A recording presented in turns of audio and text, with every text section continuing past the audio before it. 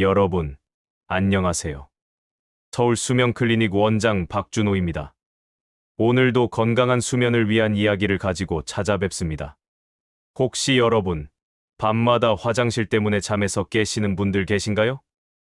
잠을 푹 자고 싶은데 새벽 2시, 3시에 자꾸 눈이 떠지는 경험 한두 번쯤은 다들 있으실 거예요. 그래서 혹시 자다가 깰까봐 저녁에는 물도 조심해서 드시는 분들도 계실 겁니다. 많은 분들이 이렇게 생각하세요. 나이 들면 원래 그런 거지 뭐. 어쩔 수 없는 일이라고 그냥 체념하시곤 하죠. 하지만 제가 수면 전문의로서 15년 동안 5천 명이 넘는 환자분들을 진료하면서 꼭 말씀드리고 싶은 게 있습니다. 밤마다 화장실에 가는 일, 이건 단순히 불편한 정도가 아니에요. 여러분의 깊은 잠을 빼앗아 가고 결국 건강 전반을 위협할 수 있는 중요한 신호일 수 있거든요. 한번 생각해 보세요. 밤에 두세 번씩 깨다 보면 어떻게 되나요? 아침에 일어났을 때 몸이 무겁고 하루 종일 피곤이 따라다니죠. 새벽 2, 3시에 눈을 떠서 화장실을 다녀온 뒤 다시 누워도 좀처럼 잠이 오지 않아요. 시계를 보니 벌써 5시. 결국 피곤한 몸으로 하루를 시작하게 되는 거예요. 이런 일이 며칠, 몇 달, 심지어 몇 년 동안 반복되면요. 단순히 잠을 설쳤다 해서 끝나는 게 아닙니다. 건강 전반을 흔드는 악순환으로 이어지거든요. 낮에는 졸음이 몰려오고 집중력은 떨어집니다. 면역력도 약해져서 작은 병에도 쉽게 걸리게 되고요. 제가 진료실에서 많이 듣는 이야기인데요. 어떤 분은 수면 부족 때문에 기억력이 급격히 떨어졌다고 하시고, 또 어떤 분은 새벽에 화장실 가다가 크게 다치기도 하셨어요. 이런 문제는 나이가 들면 누구나 겪을 수 있는 보편적인 고민입니다. 하지만 그렇다고 해서 그냥 참고 넘어가야 하는 건 절대 아니에요. 오늘 이 영상을 끝까지 보시면 여러분도 편안한 밤을 되찾을 수 있는 방법을 알게 되실 겁니다. 걱정하지 마세요. 해결책은 생각보다 가까운 곳에 있으니까요. 저도 진료실에서 이런 환자분들을 정말 많이 만났습니다. 얼마 전에 제 클리닉을 찾아오신 이철수 씨 환자분 이야기를 들려드릴게요. 이철수 씨는 올해 73세이시고 오랫동안 고등학교에서 학생들을 가르치셨던 분이에요. 5년 전부터 밤에 서너 번씩 화장실을 다니셨대요. 처음엔 큰 문제라고 생각하지 않으셨죠. 나이 들면 그럴 수 있다고 생각하신 거예요. 그런데 문제는 그 다음이었어요. 잠을 제대로 못 주무시니까 낮에 계속 졸음이 쏟아지는 거예요. 집에서 쉬실 때도, TV를 보실 때도 자꾸 눈이 감기고, 그러다 어느 날 새벽, 평소처럼 화장실을 가시다가 욕실 바닥에서 미끄러지셨어요. 결과는 갈비뼈 골절이었습니다. 한 달 넘게 일상생활이 힘드셨고, 부인과 따님들이 얼마나 놀라고 걱정하셨겠어요. 이철수 씨는 제게 이렇게 말씀하셨어요. 밤에 화장실 가는 게 이렇게 위험한 일인 줄 몰랐어요. 이건 서울에서만 일어나는 일이 아닙니다. 실제로 연구 결과를 보면 야간뇨가 있는 분들은 없는 분들보다 낙상 위험이 30% 이상 높다고 나와 있어요. 밤에 화장실 때문에 깼던 그 피로가 낮에 이렇게 위험으로 이어지는 겁니다. 단순히 불편한 정도가 아니에요. 안전의 문제이고 여러분과 가족의 평화를 위협하는 문제입니다. 또 다른 이야기를 하나 더 들려드릴게요. 며칠 전에 김영희 48세 직장인 씨라는 분이 상담을 요청하셨어요. 48세 직장인 분이신데 걱정이 가득한 표정으로 오셨더라고요. 영희 씨는 경기도 분당에 혼자 사시는 아버님 걱정 때문에 밤마다 잠을 설친다고 하셨어요. 아버님이 올해 78세이신데 최근 들어 밤에 화장실을 자주 가신다는 거예요. 그것도 혼자 계시는 상황에서요. 선생님, 혹시 우리 아버지가 밤에 넘어지시면 어떡하죠? 혼자 계신데 제가 바로 달려갈 수도 없잖아요. 요즘 아버지가 많이 피곤해 보이시고 예전엔 안 그러셨는데 깜빡깜빡 하시는 것 같아서 더 걱정이에요. 이런 걱정, 자녀분들이라면 누구나 공감하실 거예요. 부모님이 연세가 드실수록 특히 혼자 사실 때는 더욱 불안하죠. 야간뇨는 본인만의 문제가 아닙니다. 가족 모두가 함께 걱정하는 문제예요. 그래서 더 이상 나이 들면 어쩔 수 없지 하고 넘어가서는 안 되는 거죠. 그럼 우리 몸에서는 도대체 어떤 일이 벌어지고 있는 걸까요? 야간뇨가 생기는 원인을 차근차근 풀어드리겠습니다. 첫 번째 원인은 바소프레신이라는 호르몬입니다. 이름이 좀 낯설죠? 쉽게 설명해 드릴게요. 이 호르몬은 뇌 속 깊은 곳, 뇌하수체 후엽이라는 곳에서 분비되는데요. 원래는 밤에 우리 몸이 휴식할 때 소변 생성을 억제하는 역할을 합니다. 한번 생각해 보세요. 밤에는 숙면을 취해야 하니까 우리 뇌가 지금은 물을 아껴야 해라는 신호를 보내는 거예요. 그때 분비되는 게 바로 바소프레신입니다. 마치 수도꼭지를 잠그듯이 이 호르몬이 밤에는 소변이 덜 만들어지게 막아주는 거죠. 그런데 나이가 들면 이 바소프레신이 잘 나오지 않습니다. 수도꼭지를 잠그지 못한 것처럼 밤에도 낮과 똑같이 소변이 계속 만들어지는 겁니다. 결국 자다가 방광이 차서 깰 수밖에 없는 거예요. 두 번째 원인은 방광의 변화입니다. 방광은 단순한 주머니가 아니에요. 근육과 탄력 섬유가 함께 작동하는 정교한 기관입니다. 소변이 조금씩 차면 방광벽이 마치 풍선처럼 부드럽게 늘어나면서 아직 괜찮아 하고 신호를 보내지 않죠. 그러다가 충분히 차면 그제야 뇌로 이제 화장실을 가야 해라는 신호를 보내는 겁니다. 그런데 나이가 들면 이야기가 달라집니다. 방광 근육은 점점 힘이 약해지고 탄력 섬유는 딱딱해집니다. 예전처럼 부드럽게 늘어나지 못하는 거죠. 풍선 같았던 방광이 플라스틱 통처럼 변해버리는 거예요. 그러니 조금만 차도 가득 찼다는 신호를 보내면서 우리 몸을 깨우는 겁니다. 게다가 여성분들은 출산과 호르몬 변화로 이런 변화가 더 빨리 찾아올 수 있고요. 남성분들은 전립선이 커지면서 방광을 누르게 되죠. 세 번째 원인은 체액의 이동입니다. 혹시 이런 경험 있으시죠? 하루 종일 서 있거나 앉아 있다가 저녁에 신발을 벗으면 발목이 붓고 양말 자국이 그대로 남아 있는 거예요. 그게 바로 다리에 물이 고여서 생기는 부종입니다. 그런데 밤에 누우면 상황이 달라집니다. 낮에는 우리가 서 있고 앉아 있으니까 중력 때문에 물이 아래로, 즉 다리 쪽으로 내려가 쌓이는데요. 누우면 중력의 방향이 달라지면서 다리에 있던 물이 위로 이동하게 됩니다. 그 물이 심장을 거쳐 신장으로 몰려드는 거죠. 갑자기 신장으로 들어온 이 수분 때문에 소변이 한꺼번에 많이 만들어집니다. 마치 낮 동안 댐에 고여있던 물이 밤이 되자 갑자기 수문을 열고 방류되는 것과 같은 상황이에요. 그래서 낮에는 괜찮다가도 누우면 갑자기 소변이 마려워서 몇 번이고 잠에서 깨게 되는 겁니다. 이 세 가지 원인이 겹치면서 나이가 들수록 밤마다 화장실을 찾게 되는 거죠. 그렇다면 이걸 그냥 두면 어떻게 될까요?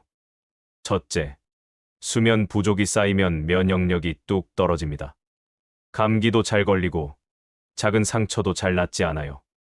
아침에 일어나면 머리가 무겁고 어제 약속이 뭐였더라 깜빡깜빡하는 일도 생깁니다.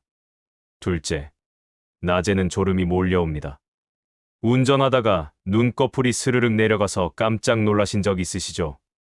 계단 내려가다 발을 헛디딘 적, 부엌에서 칼 잡은 손이 순간적으로 흔들린 적도 있을 겁니다. 밤에 화장실 때문에 깼던 그 피로가 낮에 이렇게 위험으로 이어지는 겁니다. 셋째, 더 무서운 건 뇌 건강이에요. 수면은 뇌가 스스로 청소하는 시간입니다. 야간뇨 때문에 잠이 자꾸 끊기면 뇌 속에 노폐물이 쌓여요. 한번 생각해 보세요. 청소기를 돌리다가 중간에 전원을 껐다 켰다 하면 청소가 잘 안 되잖아요. 뇌도 똑같습니다. 청소가 안 되니 독성 단백질이 쌓이고 그게 기억력을 떨어뜨리고 치매 위험까지 높이는 거예요. 여러분, 이제 아시겠죠? 야간뇨는 단순히 밤에 소변이 잦다는 불편이 아닙니다. 면역력, 안전, 뇌 건강, 그리고 삶의 질을 무너뜨릴 수 있는 중요한 신호라는 거예요. 조금 무섭게 느껴지셨을 수도 있어요. 그런데 걱정하지 마세요. 다행히 이 문제를 줄일 수 있는 방법이 있습니다. 자, 이제 여러분이 궁금해하셨던 그 답을 알려드릴 시간입니다. 혹시 마트에서 매일 스쳐 지나가는 아주 평범한 과일 하나가 이 문제를 완화하고 숙면을 돕는 데 큰 역할을 할 수 있다면 믿으시겠어요?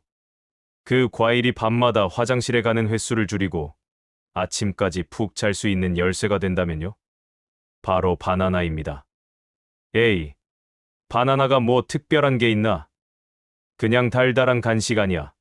이렇게 생각하실 수도 있어요. 그런데 의학적으로 들여다보면 바나나는 숙면을 돕는 조건을 정말 기가 막히게 갖춘 과일입니다. 말 그대로 자연이 만든 수면 보조제라고 할 수 있죠.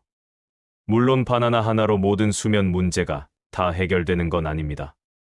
심한 수면 무호흡증이나 만성 불면증처럼 원인이 복잡한 경우도 있거든요. 하지만 바나나는 우리 몸이 스스로 회복할 수 있도록 작은 도움을 주는 일상에서 가장 간단하고 안전한 방법 중 하나라는 겁니다.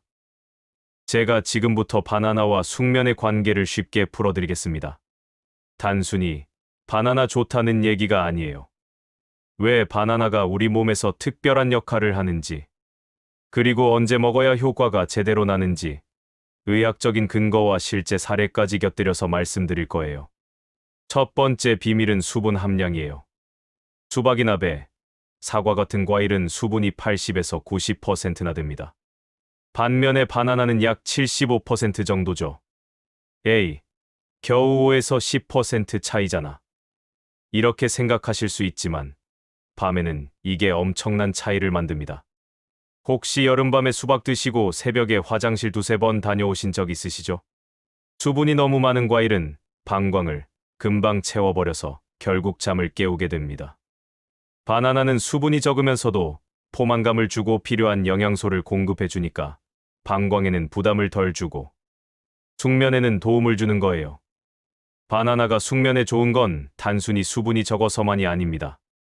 안에는 칼륨, 마그네슘, 트립토판뿐만 아니라 그 트립토판을 멜라토닌으로 바꿔주는 비타민 B6도 트립토판이 뇌로 잘 들어가도록 돕는 천연 당분, 그리고 밤새 혈당을 안정시켜주는 섬유질까지 들어있어요.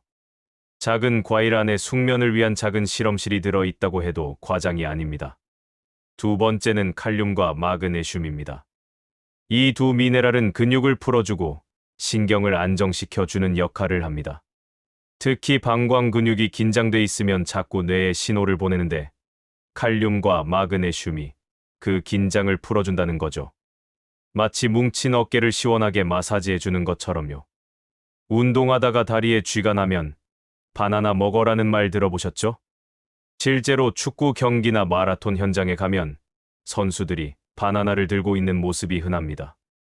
그만큼 바나나가 근육 이완과 회복에 도움을 주는 음식으로 알려져 있다는 거죠. 바나나가 좋은 이유가 바로 여기에 있습니다. 칼륨과 마그네슘이 풍부하게 들어있어서 밤에 근육이 긴장되거나 다리에 쥐가 잘 나는 분들에게 도움이 될 수 있거든요. 제가 진료한 환자분들 중에도 밤에 다리가 당겨서 깨거나 근육이 뭉쳐서 숙면을 못하던 분들이 있었는데요. 바나나를 꾸준히 드시고 나서 이런 증상이 한결 줄었다고 말씀하시곤 했습니다. 즉, 바나나는 단순한 간식이 아니라 방광 근육을 포함해 몸 전체를 편안하게 만들어주는 천연 이완제라고 보시면 됩니다. 세 번째는 이름이 조금 낯설 수 있습니다. 바로 트립토판이라는 아미노산이에요. 쉽게 말하면 잠을 부르는 아미노산이라고 생각하시면 됩니다. 트립토판은 우리 몸에 들어오면 먼저 세로토닌으로 바뀝니다. 세로토닌은 흔히 행복 호르몬이라고 불리죠. 마음이 차분해지고 불안이 줄어드는데 큰 역할을 합니다. 그런데 이 세로토닌이 밤이 되면 다시 멜라토닌으로 변합니다. 멜라토닌은 수면 호르몬이라고 불리는데 우리 뇌 속 송과체라는 작은 기관에서 분비돼요. 이 호르몬이 늘어나면 뇌가 지금은 낮이 아니라 밤이구나. 이제 잘 시간이구나 하고 인식합니다. 결국 몸 전체가 수면 모드로 바뀌는 거죠. 즉, 바나나 속 트립토판은 세로토닌을 만들고 세로토닌이 다시 멜라토닌으로 바뀌면서 우리를 기분 좋게 하고 또 졸리게 하는 이중 효과를 내는 겁니다. 그래서 바나나 하나가 단순히 배를 채우는 게 아니라 우리 뇌 속 화학 공장을 움직여서 잠잘 준비 신호를 보내는 거라고 이해하시면 됩니다. 그런데 여기서 중요한 건 단순히 먹는 게 아니라 언제 먹느냐라는 겁니다. 바나나 속 성분이 실제로 몸에서 효과를 발휘하려면 시간이 조금 필요하거든요. 시계를 잘 맞추면 바나나가 최고의 숙면 친구가 되지만 시간을 놓치면 효과가 반감될 수도 있습니다. 바나나는 그냥 아무 때나 드신다고 효과가 나는 게 아니에요. 트립토판이 세로토닌으로 또 멜라토닌으로 변환되는 데는 보통 2~3시간이 걸립니다. 그래서 저녁 5시에서 6시 사이, 이 시간이 바로 최적이라고 할 수 있죠. 예를 들어 저녁 5시쯤 바나나를 드셨다고 해봅시다. 그러면 밤 9시나 10시쯤, 우리가 막 잠자리에 드는 시점에 멜라토닌이 충분히 만들어져서 숙면 신호를 보내게 됩니다. 마치 알람 시계를 미리 맞춰 놓으면 원하는 시간에 정확히 울리듯이 바나나도 이 숙면 알람을 미리 맞춰주는 겁니다. 반대로 너무 늦게, 예를 들어 밤 9시에 드시면 어떻게 될까요? 멜라토닌이 본격적으로 작용할 때는 이미 새벽 1~2시가 돼 버립니다. 아까 말씀드린 것처럼 바나나에는 천연 당분과 비타민 B6도 들어 있어서 낮에는 활력을 주는 좋은 성분이에요. 그런데 밤 9시나 10시 넘어서 먹으면 이 성분들이 오히려 뇌를 각성시켜서 졸음이 와야 할 시간에 깨어있게 만들 수 있습니다. 또 너무 일찍, 점심 무렵에 드시면 어떨까요? 그럼 효과가 저녁에 다 사라져서 정작 잠들 때는 도움이 안 됩니다. 이렇게 보시면 언제 먹느냐가 숙면 효과의 절반을 좌우한다고 해도 과언이 아닙니다. 그래서 제가 환자분들께 늘 말씀드리는 게 있어요. 바나나는 저녁 6시쯤, 이 시간만 기억해 두시면 됩니다. 시계를 한번 보시고, 아, 지금이 바나나 시간이지, 하고 챙기시면 돼요. 이 습관만으로도 숙면의 질이 눈에 띄게 달라질 수 있습니다. 두 번째는 바나나 고르는 법입니다. 바나나라고 다 같은 게 아니에요. 너무 덜 익은 초록빛 바나나는 전분이 많습니다. 겉보기엔 싱싱해 보여도 위에 부담을 줘서 소화가 잘 안 되죠. 드시고 나서 속이 더부룩하다, 가스가 찬다 하시는 분들이 많습니다. 반대로 너무 많이 익어서 껍질이 갈색 반점으로 가득한 바나나는 당분이 지나치게 높습니다. 당이 많아지면 잠이 와야 할 시간에 오히려 뇌가 살짝 각성되는 효과가 생길 수 있습니다. 밤에 달달한 걸 드시면 괜히 더 눈이 말똥말똥해지는 경험 있으시죠? 바로 그 원리입니다. 그래서 제일 좋은 건 노란색 바탕에 갈색 점이 살짝 있는 정도예요. 이 상태가 전분도 적당히 분해돼서 소화도 편하고 당분도 과하지 않아 숙면에 가장 잘 맞습니다. 말 그대로 딱 먹기 좋은 바나나죠. 세 번째는 양과 크기입니다. 바나나는 무조건 크다고 좋은 게 아니에요.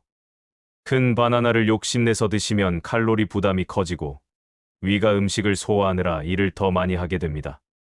그러면 오히려 숙면이 방해받을 수 있죠. 숙면을 위해서는 중간 크기 바나나 하나, 이 정도면 충분합니다. 자, 이제 제가 드리는 실전 가이드입니다. 오늘부터 바로 따라 해보실 수 있어요.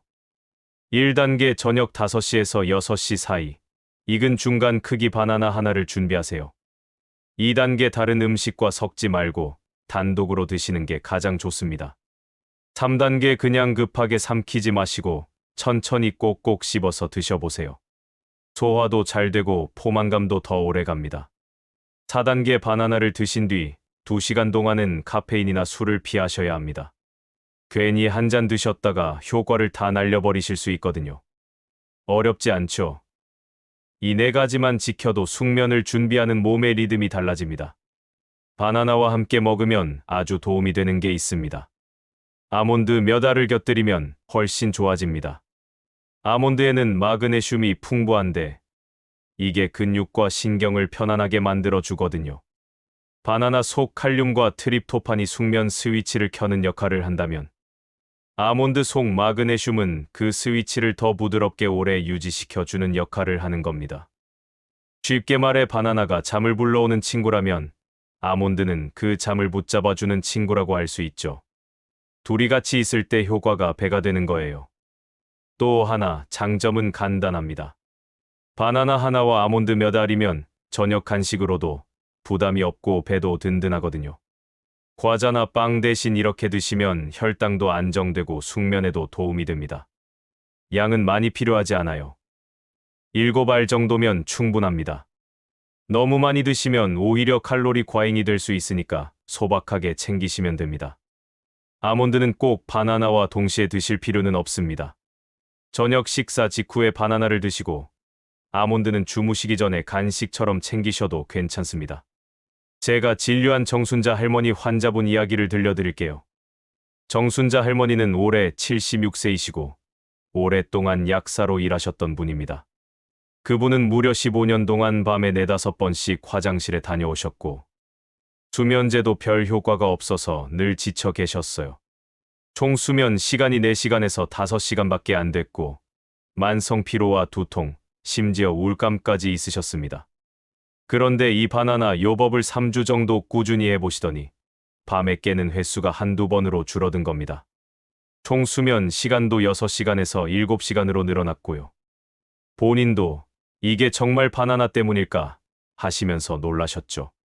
정순자 할머니는 제게 이렇게 말씀하셨어요. 이렇게 간단한 방법이 있었다니. 진작 알았더라면 좋았을 걸 하는 생각이 들어요. 이제는 취미 활동도 다시 시작할 수 있을 것 같아요. 여러분, 한번 직접 도전해 보세요. 바나나는 마트 어디서나 쉽게 살 수 있는 과일이지만 꾸준히 먹으면 그 효과는 결코 가볍지 않습니다. 첫날에는 큰 변화가 없을 수도 있어요. 하지만 이틀 사흘만 지나면 아침에 눈을 떴을 때 몸이 훨씬 가벼다는 걸 느끼실 겁니다. 그 순간, 아, 이게 정말 되는구나 하고 확신이 생기실 거예요. 혼자만 하지 마시고 가족과 함께 시작해 보세요.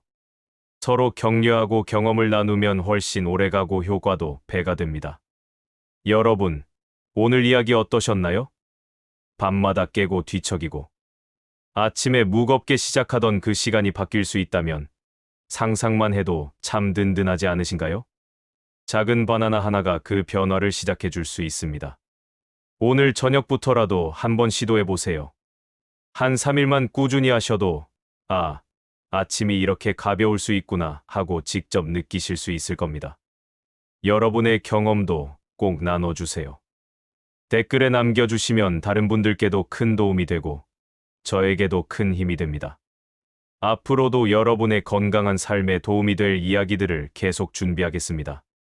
구독과 좋아요, 알림 설정까지 해주시면 더 많은 실용적인 정보를 놓치지 않으실 수 있어요. 여러분의 작은 선택 하나가 건강을 지키는 첫걸음이 될 수 있습니다. 오늘 밤은 바나나와 함께 편안하게 주무시고 내일 아침에는 한결 가벼운 발걸음으로 하루를 시작하시길 바랍니다. 늘 여러분의 건강을 응원하겠습니다. 지금까지 서울수면클리닉 원장 박준호였습니다. 감사합니다.